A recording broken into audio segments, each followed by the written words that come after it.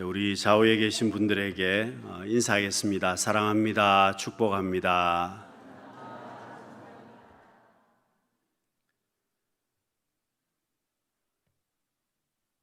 여러분, 본문의 말씀은 예수님께서 제자들에게 질문을 하셨습니다. 너희는 나를 누구라 하느냐? 제자들에게 예수님께서 질문하셨을 때에 제자들이 대답을 못하고 있었는데 베드로가 대답을 하게 됩니다. 주는 그리스도시요 살아계신 하나님의 아들이십니다. 이렇게 베드로가 대답을 했을 때 예수님께서 정말 기뻐하셨습니다.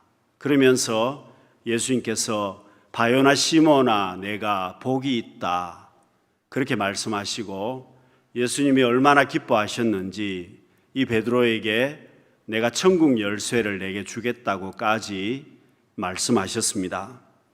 여러분, 베드로의 이 고백을 왜 예수님께서 이렇게 좋아하셨을까요? 여러분, 베드로의 이 고백은 예수님, 당신은 나의 구주이십니다. 나를 구원하실 구원자이십니다. 그런 고백입니다.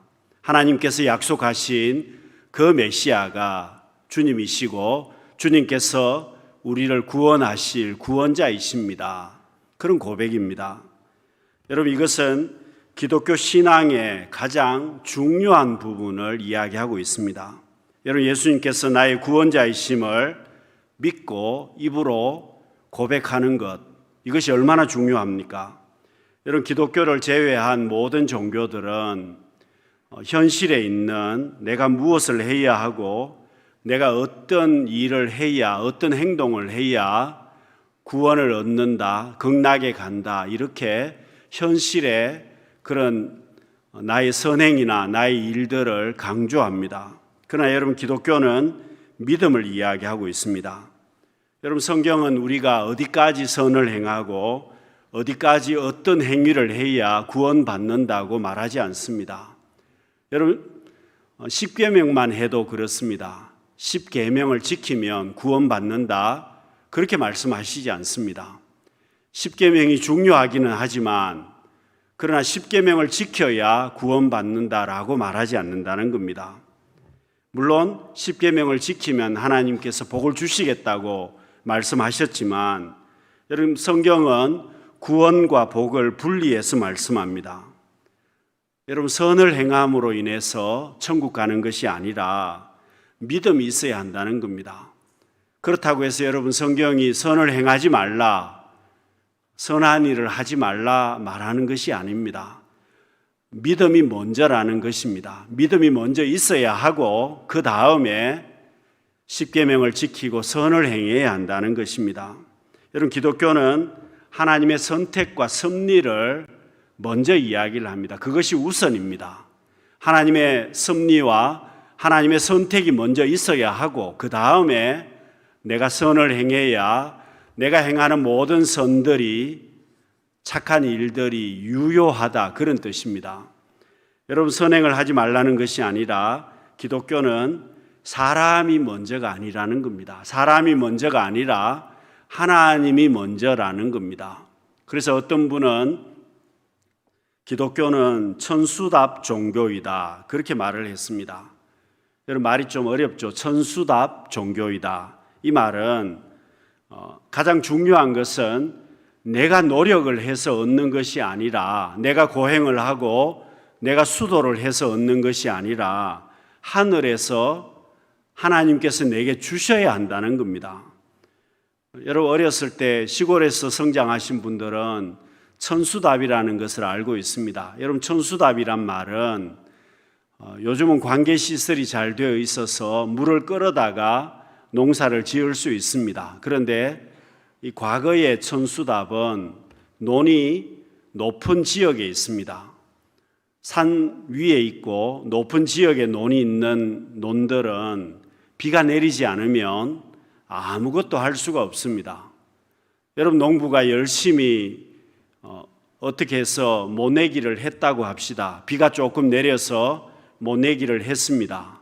그런데 모내기를 하고 논에다가 벼를 다 심어 놓았지만 천수답은 농부가 그 다음에 할 수 있는 일이 아무것도 없습니다.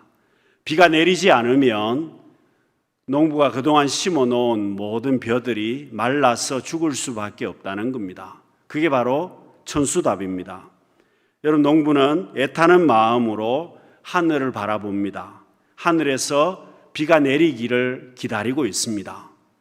여러분, 농부가 그렇게 애타는 심정으로 하늘을 바라보는 것, 여러분, 그런 것처럼 여러분, 천수답에서 비를 기다리는 심정이 바로 기독교 신앙이라는 겁니다.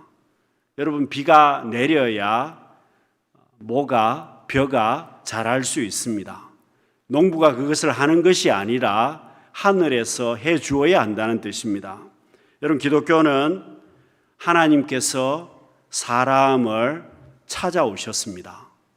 여러분, 다른 종교는 사람이 신을 찾아갑니다. 사람이 신을 찾아가지만 기독교는 하나님께서 우리를 찾아오셨습니다. 여러분, 하나님께서 아브라함을 찾아오셨습니다. 하나님께서 모세를 찾아오십니다. 하나님께서 사도 바울을 찾아오십니다. 여러분, 베드로도 마찬가지입니다. 여러분, 예수님께서 베드로를 부르셨습니다. 여러분, 기독교는 사람이 하나님을 찾아가는 것이 아니라 하나님이 먼저 우리를 찾아오시고 우리를 만나 주셨습니다. 여러분, 우리가 예수님을 믿어야 하는 이유가 무엇입니까? 예수님을 믿어야 죄의 문제가 해결이 됩니다. 여러분, 우리 인생의 근본적인 문제가 뭐라고 생각하십니까? 건강 문제입니까? 돈 문제입니까? 권력 문제입니까? 여러분, 그것이 필요하긴 하지만 우리 인생의 근본적인 문제는 바로 이 죄의 문제입니다. 여러분, 죄가 인생의 근본적인 문제라는 것입니다. 여러분, 우리 인생이 행복하려면 반드시 해결해야 될 문제가 있습니다. 그것이 바로 죄의 문제입니다. 여러분, 하나님께서 사람을 만드셨습니다. 세상을 창조하시고 사람을 만들어 주셨는데, 여러분, 왜 하나님께서 사람을 창조하셨습니까? 하나님께서 세상을 창조하시고 에덴 동산을 만들어 주시고 사람을 창조하셨습니다. 그것은 하나님께서 우리 인간과 교제하기를 원하셨고 함께 하기를 원하셨습니다. 그런데 사람이 선악과를 먹고 불순종함으로 인해서 하나님의 말씀에 순종하지 못하게 되고 죄를 짓게 됩니다. 결국 에덴 동산에서 쫓겨나게 되고 그 사람이 범죄함으로 인해서 죄가 들어오게 되고 죄로 인해서 모든 문제가 다 파생하게 되었습니다. 여러분, 사람과 하나님과의 관계가 죄로 인해서 관계가 문제가 생겼습니다. 여러분, 죄를 짓지 않았을 때에는 하나님께서 에덴 동산에 찾아오셨습니다. 아담과 하와가 하나님과 교제하는 삶을 살았습니다. 그런데 죄를 짓고 난 이후에 아담은 하나님의 얼굴을 피해서 숨게 됩니다. 여러분, 죄를 지음으로 인해서 정신적인 문제도 발생됩니다. 여러분, 과거에 하나님께서 아담과 하와를 찾아오셨을 때는 아담과 하와가 아무런 문제가 없었습니다. 그런데 죄를 지은 다음, 선악과를 먹은 다음에는 본인이 벌거벗었음을 수치스러워서 하나님을 피하게 됩니다. 부끄러워서 또 수치스러워서 하나님을 피하게 됩니다. 여러분, 정신적인 오늘날의 모든 문제가 시작점이 어디냐? 죄를 지음으로 인해서 모든 문제가 시작이 된 것입니다. 여러분, 가정의 문제도 마찬가지입니다. 아담과 하와 사이가 굉장히 좋았습니다. 아무런 문제가 없었습니다. 그런데 선악과를 먹음으로 인해서 부부 관계가 금이 가기 시작했습니다. 문제가 생겼다는 겁니다. 가정에 문제가 생깁니다. 나중에 가인이 아벨을 죽이지 않습니까? 가정의 문제가 거기에서 시작이 됩니다. 그것뿐만 아닙니다. 여러분, 질병과 죽음의 문제도 죄를 지음으로써 시작이 되었습니다. 하나님께서 선악과를 먹지 말라고 하신 것은 먹으면 죽으리라고 말씀하셨고, 여러분, 선악과를 먹음으로 인해서, 죄를 지음으로써 인해서 사망이 찾아오게 되었습니다. 질병이 찾아오게 되었습니다. 사람이 죽게 되었다는 겁니다. 질병이 찾아왔습니다. 여러분, 죄를 지음으로 인해서 환경적인 문제도 찾아왔습니다. 물질적인 문제도 찾아왔습니다. 여러분, 환경적인 문제가 왜 생겼느냐? 사람이 죄를 지음으로 인해서 에덴 동산에서 쫓겨났습니다. 밭을 갈아서 농사를 지어야 되는데 가시덤불과 은근키가 나기 시작했습니다. 여러분, 에덴 동산에서는 가만히 두어도 열매를 먹을 수가 있었습니다. 가만히 있어도 곡식을 먹을 수가 있었다, 그런 뜻입니다. 그런데 이제는 죄를 짓고 난 다음에는 가만히 있으면 곡식을 먹을 수가 없었습니다. 잡초를 뽑아야 하고 가시와 은근키를 뽑아야만 했습니다. 환경이 변한 겁니다. 그것뿐입니까? 물질적인 문제도 생기기 시작했습니다. 과거 에덴 동산에 있을 때에는 물질적으로 아무런 문제가 없었습니다. 먹고 살아가는데 전혀 지장이 없었다는 뜻입니다. 그런데 이제는 열심히 땀을 흘려야, 농사를 열심히 지어야 먹고 살 수 있게 되었습니다. 게으르면 굶어 죽을 수밖에 없는 그런 상황이 되고 만 겁니다. 물질적인 문제도 생겼습니다. 여러분, 모든 문제의 뿌리가 죄라는 것입니다. 이 죄로 인해서 인생의 모든 문제가 파생이 되었습니다. 여러분, 예수님께서 이 땅에 오셔서 십자가를 져 주셨습니다. 주님이 십자가를 지심으로 인해서 우리 인생들에게 이 죄의 문제를 해결을 해 주셨습니다. 여러분, 죄의 문제를 해결해 주신 분이 예수님이시고 그 예수님을 믿으면 우리는 복을 받습니다. 그래서 여러분, 오늘 본문에 베드로에게 예수님께서 바요나 시몬아, 내가 복이 있다고 말씀하셨습니다. 예수님을 나의 구주로, 예수님을 그리스도로 고백하는 베드로에게 너가 정말 복이 있다고 예수님께서 말씀하신 겁니다. 여러분, 우리 인생의 짐은 내가 감당할 수 없습니다. 여러분, 원죄나 자범죄나 내가 그 죄의 문제를 해결할 수가 없는데 주님께서 십자가를 지심으로 인해서 그 문제를 해결을 해 주셨습니다. 여러분, 예수님을 믿을 때 내 인생의 모든 죄의 짐을 주님 앞에 맡겨드리고 주님께서 그 모든 죄의 짐을 해결을 해 주시고 우리에게 구원의 길을 열어주셨습니다. 그래서 예수를 믿으면 복을 받습니다. 여러분, 우리가 예수님을 믿어야 하는 이유는 예수를 믿어야 하나님께서 도와주시는 삶을 내가 살 수 있습니다. 여러분, 인생을 살아가면서 누군가 나를 도와주면 내가 좀 수월하게 살 수 있습니다. 사람이 나를 도와주어도 내가 좀 수월하게 일을 할 수 있습니다. 여러분, 부모가 자녀를 도와주면 자녀들이 독립하는데 훨씬 수월하지 않습니까?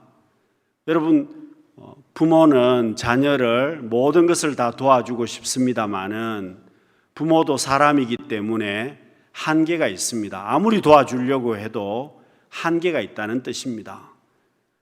여러분, 부모의 도움이나 사람의 도움을 받을 수 있고요, 또 귀신의 도움을 받는 사람들도 있습니다. 바로 무당들입니다. 귀신의 도움을 받아서 점을 치기도 하고 귀신의 도움을 받아서 살아갑니다. 그런데 여러분, 아이러니한 것은 그 귀신의 도움을 받아서 살아가는 사람들이 그 소나기에서 벗어나려고 한다는 겁니다. 여러분, 자기가 모시는 그 귀신을 섬겨야 되는데 그 섬김에서 벗어나려고 애를 쓴다는 겁니다. 왜 벗어나려고 하겠습니까? 행복하지 않다는 겁니다. 행복하지 않기 때문에 다 벗어나려고 애를 씁니다. 여러분, 악한 사람에게 도움을 받으면, 악한 영에게 도움을 받으면 그 종이 될 수밖에 없다는 겁니다. 여러분, 우리는 복이 있는 것은 하나님의 도우심을 받으며 살 수 있습니다. 성령님의 인도하심을 받고 우리는 살아갑니다. 여러분, 예수님을 믿으면 하나님께서 나에게 좋으신 아버지가 되어 주십니다. 여러분, 우리가 예수를 믿고 하나님의 도우심을 받으면 왜 복이 있습니까? 여러분, 팔자소관에서 벗어난다는 겁니다. 사주팔자에서 벗어나게 됩니다. 운명론에서 벗어나게 되는 것입니다. 여러분, 유명한 역술가가 있었습니다. 김혜경이라는 분인데 이분이 단군교회 교주를 했던 사람이었습니다. 여러분, 이 사람이 얼마나 신통력이 있었던지 그 사람의 관상을 보면, 그 사람의 목소리를 들으면 그 사람의 과거나 현재를 맞추던 사람이었습니다. 그만큼 신통력이 있었고 사주팔자를 잘 보던 사람이었습니다. 그런데 여러분, 이 사람이 그렇게 사람의 사주팔자나 관상을 잘 보았는데 한 가지 항상 숙제가 있었습니다. 의문점이 있었다는 겁니다. 이 사람이 가지고 있었던 숙제가 뭐냐 하면, 모든 사람들이 다 사주팔자가 맞아야 되는데 모든 사람들이 자기가 보는 그 관상대로 되어야 하는데 그렇게 되지 않는 사람들이 많더라는 겁니다. 여러분, 저 사람은 사주팔자대로 하면 벌써 죽어야 되는 사람인데 멀쩡하게 살아있는 사람이 있다는 겁니다. 저 사람은 사주팔자대로 보면 벌써 병들어야 하고 망해야 되는데 너무 잘 살고 있는 사람이 있더라는 겁니다. 여러분, 이분이 나중에 조사를 했는데 알고 보니까 그 사람들의 공통점이 뭐냐? 다 예수 믿는 사람들이었다는 겁니다. 그래서 이분이 충격을 받고 이 사람이 예수를 믿게 되었습니다. 죽음을 뛰어넘는 종교가 뭐냐? 인간의 운명을 뛰어넘는 종교가 뭐냐? 예수뿐이라는 것이었습니다. 기독교뿐이라는 것이었습니다. 여러분, 무속신앙은 인간의 미래가 정해져 있다고 이야기를 합니다. 그래서 운명론을 이야기합니다. 사주팔자를 그래서 이야기합니다. 너 미래가 사주팔자가 정해져 있는 겁니다. 너의 끝이, 운명이 다 정해져 있다고 이야기를 합니다. 그런데 여러분, 사람들은 그걸 믿습니다. 또 왜 무당을 찾아갑니까? 나의 미래가 정해져 있으니까, 당신이 용한 무당이라면 나의 과거를 맞췄으니까 나의 미래의 끝을 알려달라고 그 사람을, 그 무당을 찾아갑니다. 그런데 여러분, 여기에 문제가 있습니다. 아무리 용한 무당이라고 하더라도 우리 인생의 미래를 알지를 못합니다. 우리 인생의 미래의 끝을 알지 못한다는 겁니다. 왜 알지 못하겠습니까? 하나님께서 나의 미래의 끝을 정해놓지 않으셨습니다. 그래서 알지 못합니다. 여러분, 기독교는 우리의 미래가 결정되어 있다고 말하지 않습니다. 하나님께서 나의 미래를 미리 다 결정해 놓지 않았다고 말씀합니다. 그것이 바로 하나님의 은혜입니다. 여러분, 그것이 바로 우리가 믿음으로 살아가는 이유이기도 합니다. 여러분, 하나님께서 좋으신 하나님이시기 때문에 내가 믿음으로 살아가게 되면 하나님께서 미래를 결정지어 놓지 않으셨기 때문에 여러분, 나의 삶을 통해서 얼마든지 내 삶의 미래가 바뀐다는 겁니다. 그래서 하나님께서 우리에게 은혜를 베풀어 주시는 겁니다. 그래서 하나님께서는 인격적인 하나님이시라고 말씀합니다. 여러분, 나의 미래는 내가 어떻게 믿음으로 반응하고 내가 어떻게 믿음으로 살아가느냐에 따라서 점점 달라진다는 겁니다. 여러분, 요셉을 생각해 보시면 요셉은 끝이 뭡니까? 애굽의 총리였습니다. 그러면 하나님께서 너는 애굽의 총리라고 미래를 딱 정해 놓으시고 여러분, 요셉을 보내셨을까요? 그렇지 않습니다. 여러분, 요셉이 알고 있었던 것은 꿈과 비전은 가지고 있었습니다. 그런데 요셉이 알고 있었던 것은 눈앞에 보이는 몇 미터 앞 정도만 알고 있었습니다. 그러니까 여러분, 요셉은 어떻게 살아야 되겠습니까? 노예로 팔려가는 것도 몰랐습니다. 노예로 팔려가면서, 노예로 살면서 몇 미터 앞을 바라보고 내가 성실하게 믿음으로 사는 것입니다. 그러다가 또 감옥에 들어갔습니다.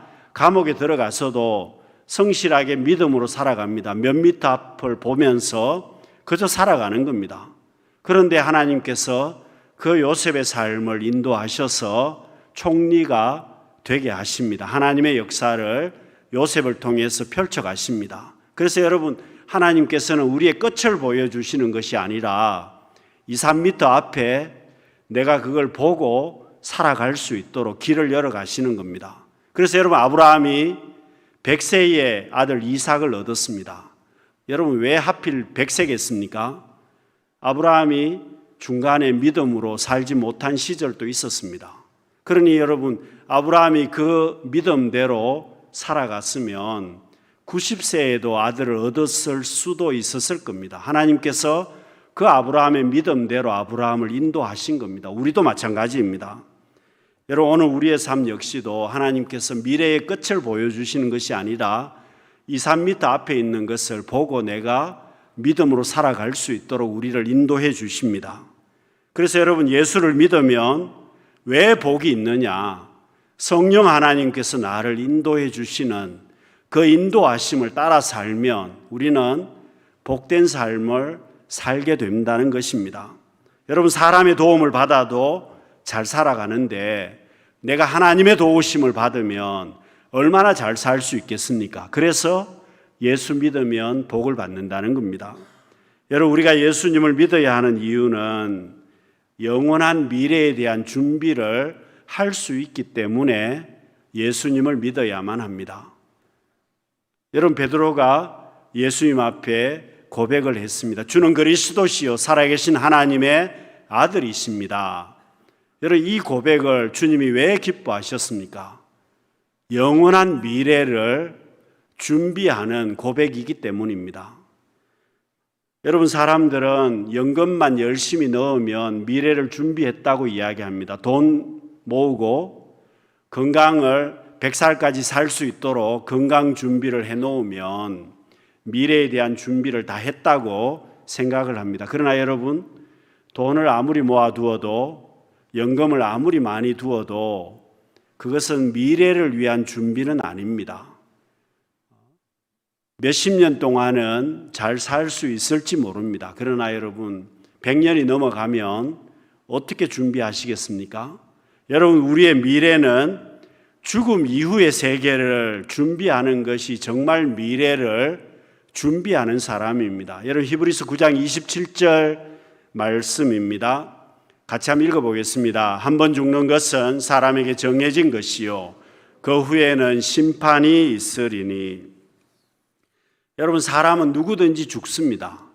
영원하게 이 땅에서 살 수 있는 사람은 없다는 겁니다. 많이 살아도 100년입니다. 100년 지나면 죽는다는 뜻입니다. 그러면 그 다음 세계는 어떻게 준비하겠습니까? 여러분, 진짜 미래는 죽음 이후의 세계이기 때문에 여러분, 우리가 연금 준비하고 건강 준비한다고 해서 다 준비한 게 아니라는 겁니다. 예수 그리스도를 나의 구주로 고백하고 그 예수님을 믿어야 영원한 세계를 준비하는 인생이 될 것입니다. 여러분, 누가복음 16장에 어리석은 부자 이야기가 나옵니다. 이 부자는 농사를 잘 지었습니다. 여러분, 얼마나 똑똑한 사람입니까? 농사를 잘 지어서 곡식을 매출을 엄청나게 올렸습니다. 창고가 부족해서 창고를 여러 개 지었습니다. 부자가 생각합니다. 이제는 죽을 때까지 먹고 놀아도 돈 쓸 수 있는 그런 돈을 다 마련해 두었으니 먹고 마시고 이제는 즐기자라고 이야기했는데 그날 밤에 하나님께서 말씀하십니다. 어리석은 자야, 오늘 내 영혼을 취하면 너는 어떻게 되겠느냐? 하나님께서 오늘 저녁에 너의 영혼을 취하면, 너가 죽으면 너가 준비한 그 모든 것이 누구의 것이 되겠느냐? 그 사람이 그래서 어리석은 부자라고 성경은 말씀합니다. 여러분, 아무리 여러 해 쓸 물건을 쌓아두었지만 영원한 미래를 준비하지 못하면 어리석은 자라는 겁니다. 여러분, 영원한 세계에 대한 준비 없이 미래를 준비하는 것은 어리석다는 겁니다. 사랑하는 성도 여러분, 왜 예수 믿으면 복이 있습니까? 예수님께서 나의 구원자가 되셔서 우리 인생에 내가 지은 죄를 용서해 주시고, 여러분 이 땅에 내가 살아갈 때 주님께서 나의 삶을 인도해 주십니다. 그리고 내가 죽을 때에는 영원한 세계로 나를 인도해 주십니다. 여러분, 그러기 때문에 예수 믿는 사람이 복 있는 사람이고 그 사람이 가장 지혜로운 사람이라는 것입니다. 사랑하는 성도 여러분, 내가 예수님을 믿으면 우리 인생의 근본적인 문제인 죄의 문제가 해결이 됩니다. 내가 예수 그리스도를 믿으면 하나님의 인도하심을 받고 이 땅에서 살 수 있습니다. 내가 예수 그리스도를 믿으면 영원한 세계, 죽음 이후의 세계를 준비할 수 있습니다. 내가 천국 백성이 되는 것입니다. 이 축복을 누릴 수 있는 우리 모두가 될 수 있기를 바랍니다. 기도하겠습니다.